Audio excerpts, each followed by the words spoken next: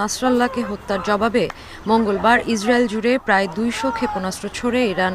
এরপর থেকে Iran Israel সম্পর্কে ইরানের হামলার প্রতিক্রিয়ায় ইসরায়েলের সাবেক প্রধানমন্ত্রী নাফতালি বেনেট বলেন, তেহরানের পারমাণবিক কর্মসূচি ধ্বংস করতে তেল আবিবকে এখনই কাজ করতে হবে।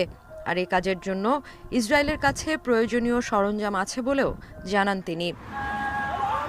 ইরানের হামলা ইস্যুতে ইসরায়েলের প্রতি যুক্তরাষ্ট্রের পূর্ণ সমর্থন রয়েছে বলে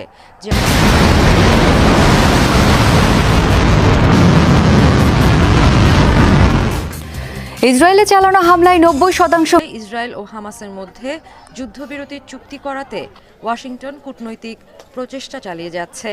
যদিও এ বিষয়ে ইতিবাচক বা ফলপ্রসূ কোনো পদক্ষেপ এখনও চোখে পড়েনি, বরং গাজায় বর্বর হামলা অব্যাহত রেখেছে ইসরায়েল। সেই সাথে নতুন করে লেবাননে বিমান হামলা ও স্থল অভিযান